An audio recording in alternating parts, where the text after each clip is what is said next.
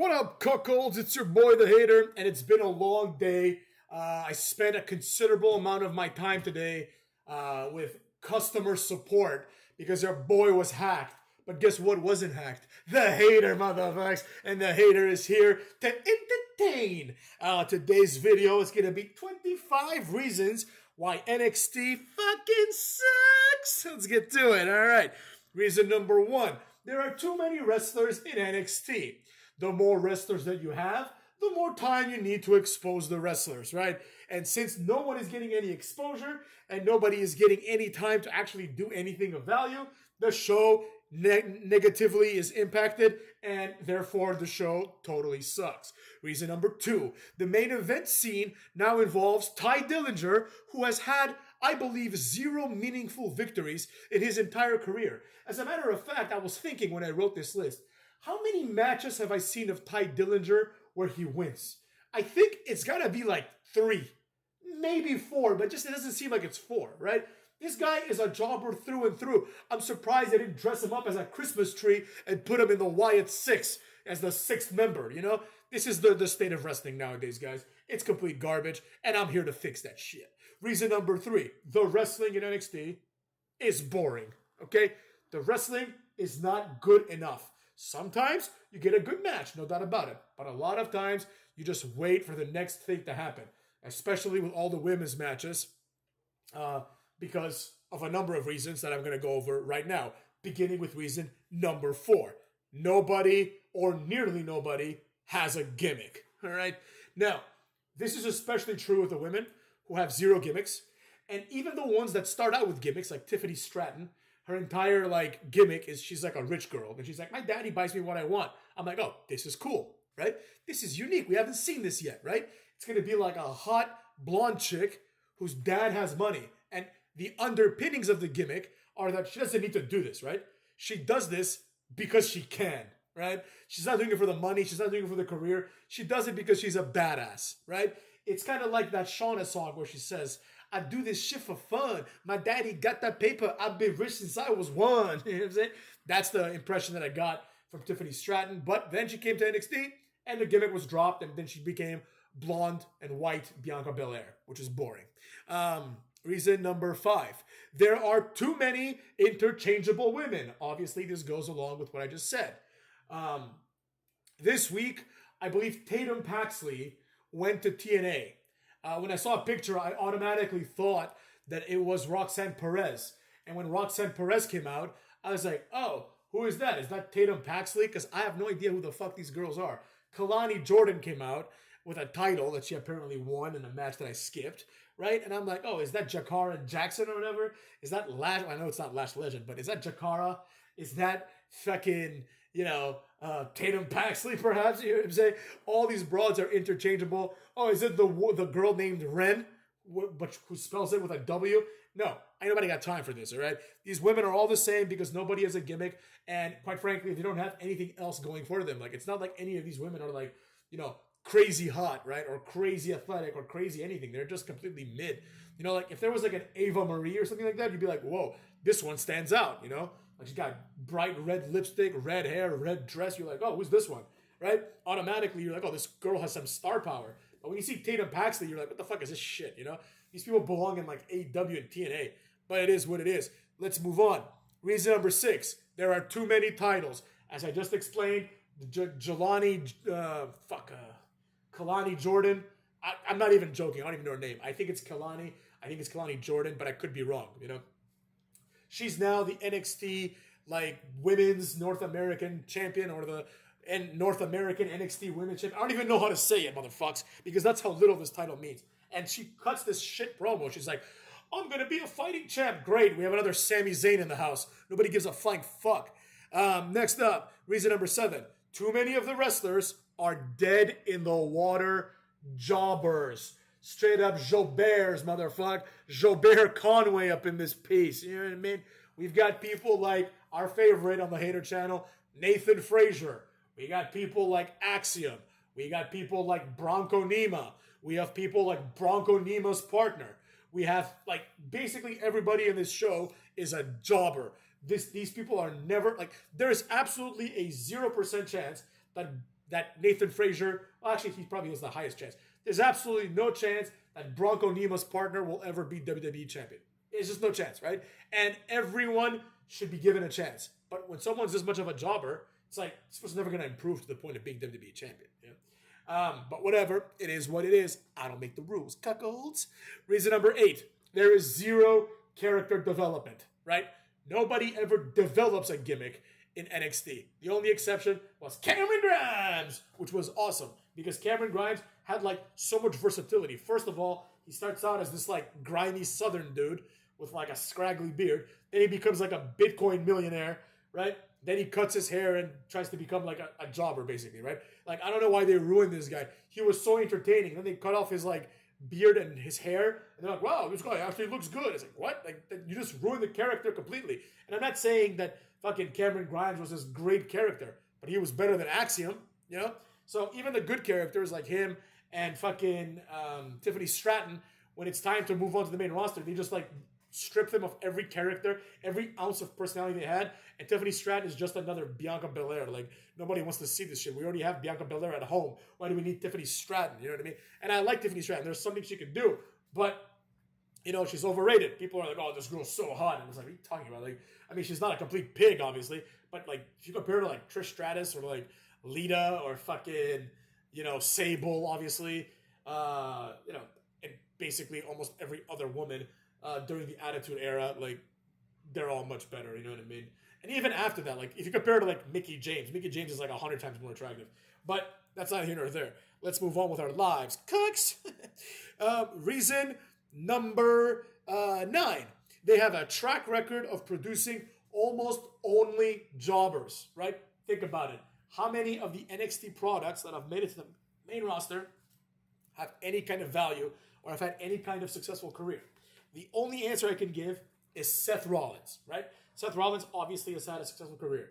Everybody else is a dead-in-the-water jobber. You got people like Finn Balor, who had to go back to NXT, more on that later, but to go back to NXT to like reinvigorate his career, and he came back and he was a jobber in a meaningless feud with Damian Priest until Edge like fucking rescued these two jobbers from like basically being released. Like, they owe Edge all the money they've made in the last like 3 years and the money they're going to make in the next 2 years before Finn Balor inevitably gets repackaged in a tag team with JD McDonough. That's happening. It's going to be like the Irish Airborne or something like that. Like, you're going to see. Like, they're going to be in a tag team and they're going to get fired, and then they're going to end up in AEW. Like, Finn Balor's career is coming to an end. Once Judgment Day like stops, this guy sucks. He can't do anything. They've done everything they can with him. It failed, right? And he's like probably the next biggest success.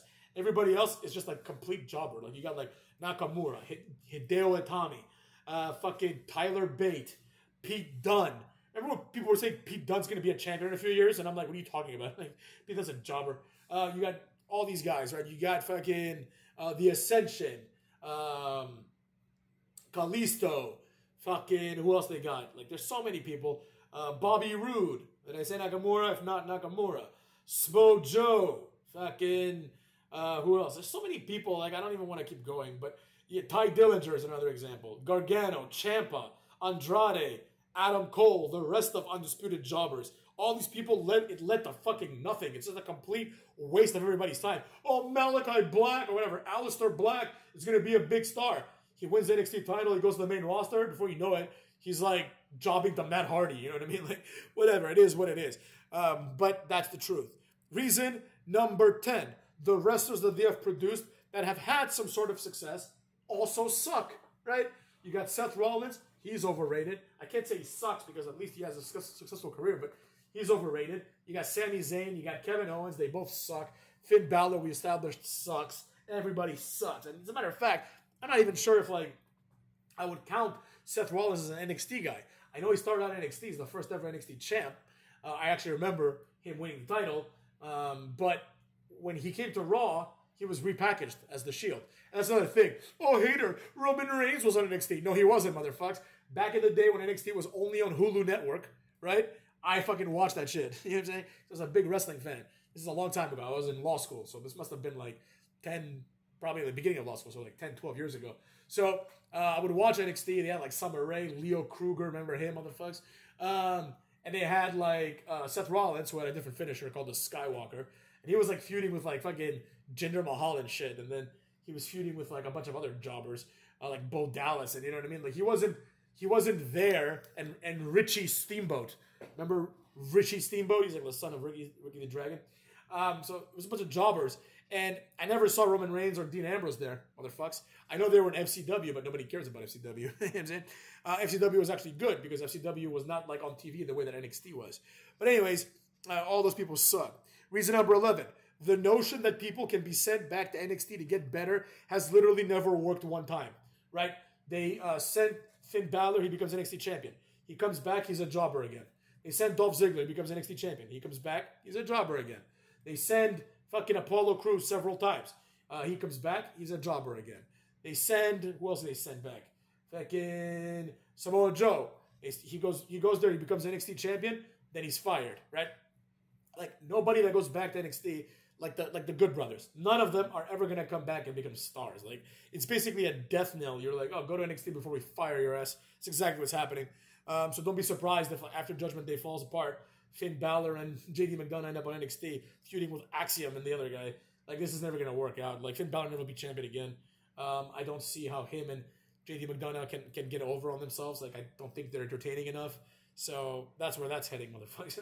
That's a jobber tactic if I've ever seen one. Maybe like they'll be jobbed out to the fucking buzzard and the pig from Wyatt family. You know what I mean? Whatever. It is what it is. What can I say about this? Next up, the entire reason 12. The entire concept of NXT is stupid. It's just dumb. It's a dumb concept. The whole point of developmental is that these people are not ready for TV yet. So what do? They put developmental on TV. That's how dumb these motherfuckers are, right? The entire point of developmental is you're not supposed to see how the sausage is made. So when John Cena shows up in developmental and he has a goofy ass, Terminator gimmick and he calls himself the prototype, right? You're not supposed to see that shit because that's embarrassing, right? And until he figures out who the fuck he is as a human being. But in NXT, nobody improves as we already established, right? So it's all like Carmelo Hayes started off as one thing and then became something better. He's still the same jobber. You know what I mean? So the entire concept is dumb and shouldn't be on TV, quite frankly. But more on that as well, cucks. Coming up right now. Reason number 13. Because wrestlers already debut in NXT, and as we've established, there's no character development, main roster debuts do not feel like a big deal anymore, right? So when Nakamura debuted on NXT, it's not a big deal. I've been watching him when he debuted on the main roster, it's not a big deal. I've been watching him on NXT for like 2 years. Right? I don't care. You know what I'm saying? Like, great. It's the same guy. Like, I could already play with him on WWE 2K. So what's the point, right? Doesn't make any sense. Like, when you buy a new WWE game, like, the only people that are new to the roster are NXT guys. You know what I'm saying? And maybe, like, a returning Cody Rhodes or something like that. But that's about it. Nobody gives a flying fuck about any of these jobbers. Anyways, let's move on. Gucks. Reason number 14. There's absolutely no parity between the WWE title and the NXT title in any capacity. Meaning that if you win the NXT title, you're not a main eventer in WWE. In fact, usually what happens is if you become NXT champion, chances are that the top of your goal in the main roster is to become a mid-carder, right? That's your goal. You have people like Ilya Dragunov, Gunther, was Gunther ever NXT champion? I don't think he was. Was he? He was NXT UK champion. Same thing, basically. But, these people never aspire to anything more than being mid-carders. Like, even Braun Breaker, right? He's like, I want to be an Intercontinental champion. Why? Why don't you just go beat the shit out of Damian Priest? Why wouldn't, in kayfabe, why wouldn't Braun Breaker go after Damian Priest, right? Like, he's not intimidated by Damian Priest. Like, Braun Breaker is like a real one, But, that's how it is. That's how it's going to be. He has to go for the jobber title first. Whatever. It is what it is. I don't care. Reason number 15. ECW was better, motherfuckers. ECW on Sci-Fi was better. One of the greatest moments in wrestling history, in my opinion, is like the first week of ECW on Sci-Fi. They had some bullshit deal with Sci-Fi because it's science fiction network that they had to have like a few characters dressed like monsters or some shit like that. They had to have some sort of like sci-fi shit. So they had someone called the Zombie come out and Sandman beat the shit out of him with a cane. And then the next episode of TNA, Rhino came out and people started chanting ECW. And he's like, fuck ECW. ECW's dead, right? And then the Dudley Boys came out, Team 3D. And Bubba Ray, or Brother Ray, he was like, ECW is dead. This is where real wrestling happens, TNA. He's like, no vampires, no werewolves, no gimmicks, right? Like none of that bullshit, basically. Like, we're not here to like fuck around. It was a great burial of ECW. Reason number 16, and despite everything I just said, ECW is still better than NXT. Cucks. Reason number 16, there are so many better ideas than NXT. Number one, how about establishing a legitimate third brand? The green brand, if you will. I don't know. How about call it Thunder, right? And you know, as an homage to WCW Thunder. Or, because Thunder can be green, you know, that's a nice little touch. Or Nitro, right? You own the rights to that. Just bring back WCW Nitro.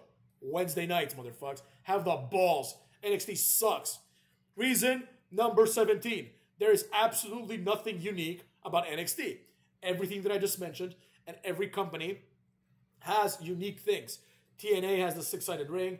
They have the Ultimate X match and all the things that come along with it. WWE has plenty of unique things. They have the Royal Rumble. They got obviously King of the Ring now. They got fucking King of the Ring should be an NXT tournament. They got Survivor Series, and now it's War Games. They got Hell in a Cell. They got all these gimmicky things, but NXT doesn't have anything like that. They had War Games, but that failed, right?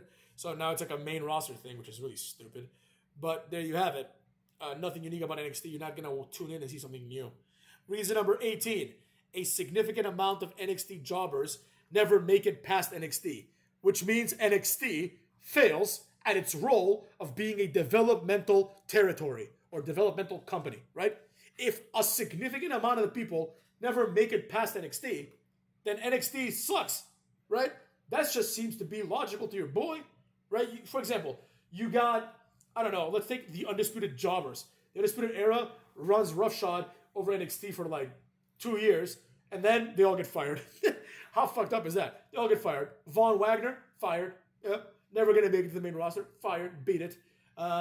Patrick Clark, also known as Velveteen Dream, fired. Maybe for other reasons. It's not quite clear yet.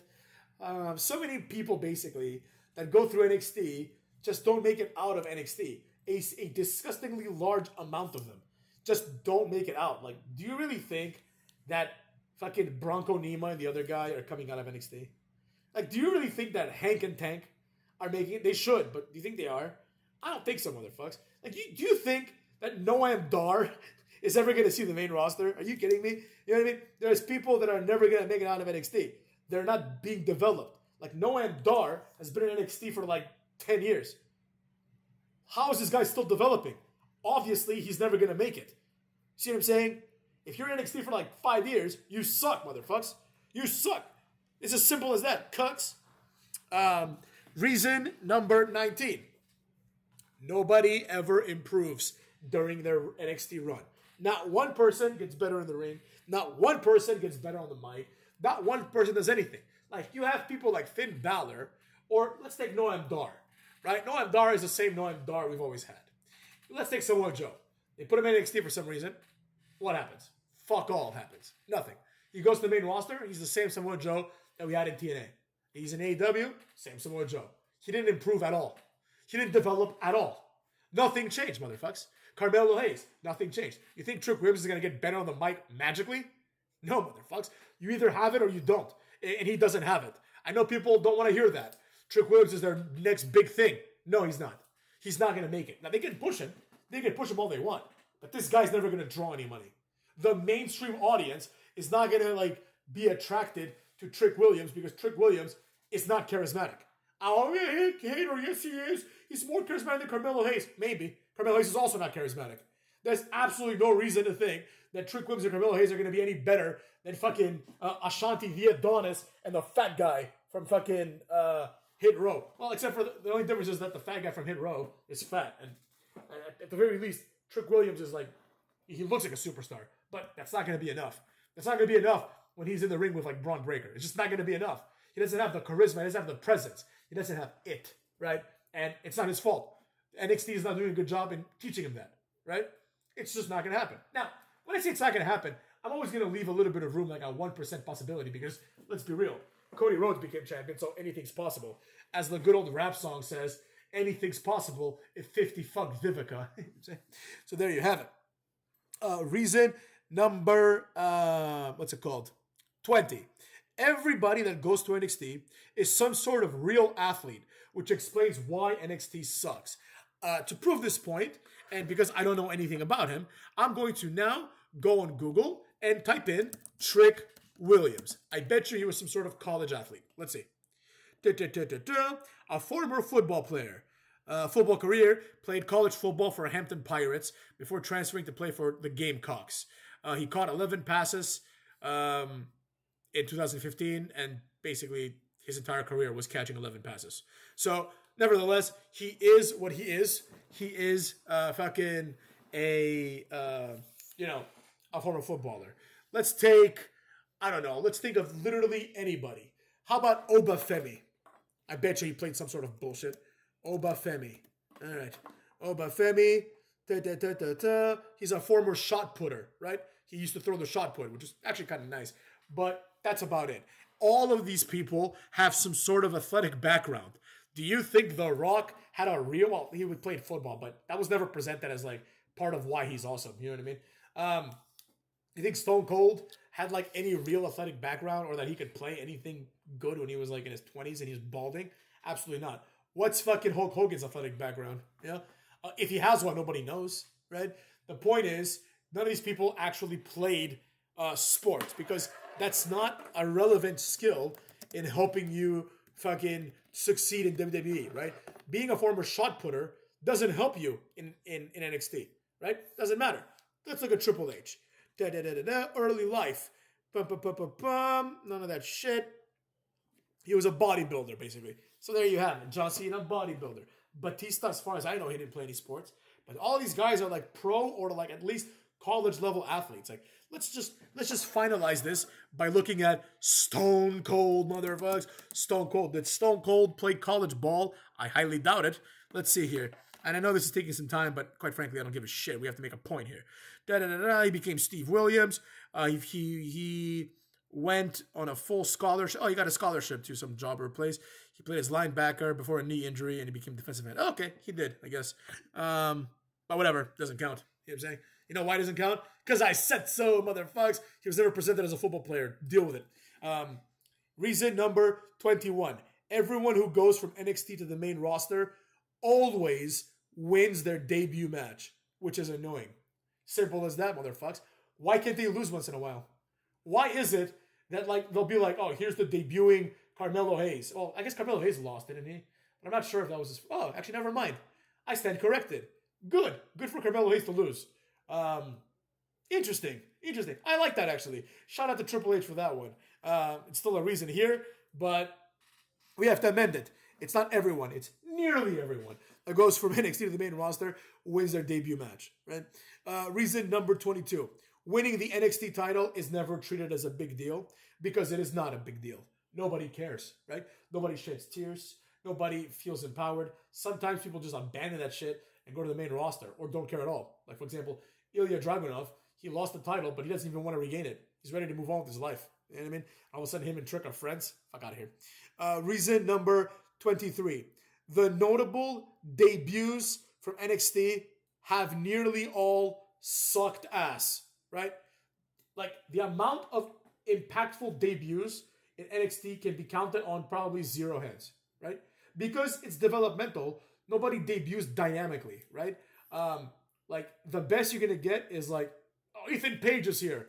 Oh, Ty Dillinger is back. You know what I mean? But, like, that's not good enough, right? Coming in and attacking somebody's not good enough. Like, you're not going to get a debut like the debut that Jericho got, or Goldberg's WWE debut, or literally any other star's debut. You're never going to get that at NXT, right? It's going to be bullshit debuts. Nothing great, nothing climactic. It's going to be boring. Reason 24, my personal favorite. There is no continuity between NXT and WWE, right? So sometimes they'll set up, not stories, because they're not smart enough to set up stories in NXT, but they'll set up situations, and they'll set up feuds in NXT, and they'll set up, like, you know, different relationships between the characters. So, for example, they had that little stupid clique, right? It was like fucking Johnny Gargano and his wife, Indy Hartwell, and her husband, Dexter Loomis, right? Then they just completely abandoned that. Oh, and Austin Theory, too. They completely abandoned. Now, Austin Theory just wrestles in a match with his new partner against Johnny Gargano and Tommaso Ciampa. Why? Why don't they just bring up the fact that they used to be together, right? The answer is because there's no continuity in terms of storytelling between NXT and WWE. They're treated as two separate entities, right? Someone can be like a bad guy in NXT, and then the next week they debut on SmackDown and they're a good guy. Doesn't make any sense. All of a sudden they have a change of heart. Whatever, it is what it is. I don't give a flying fuck. And Reason 25, the last one, things have gotten so bad that they need to go to TNA for help. They need their recruits are such shit that they're gonna go to TNA. It was really cool to see Kazarian have an NXT match. It had been years since Kazarian wrestled on Velocity. And this was actually his first WWE loss, I believe. He was undefeated when he was signed back in like 2002 or whatever, right? Kazarian, one of the great could-have-beens, right? Kazarian's great. He was legit. So it's good to see him. I hope we get to see more TNA guys because, you know, even though this is a reason why NXT sucks, it's also a reason why it can improve, right? It sucks because they're forced to do this, but doing this will automatically improve it. Let's be real. I'd rather see Kazarian versus fucking, you know, Ty Dillinger than Ty Dillinger versus Javon Henley or whatever the fuck his name is. You know what I'm saying? Bring me Frankie Kazarian, motherfuckers. With that being said, take care of yourself, cuckolds.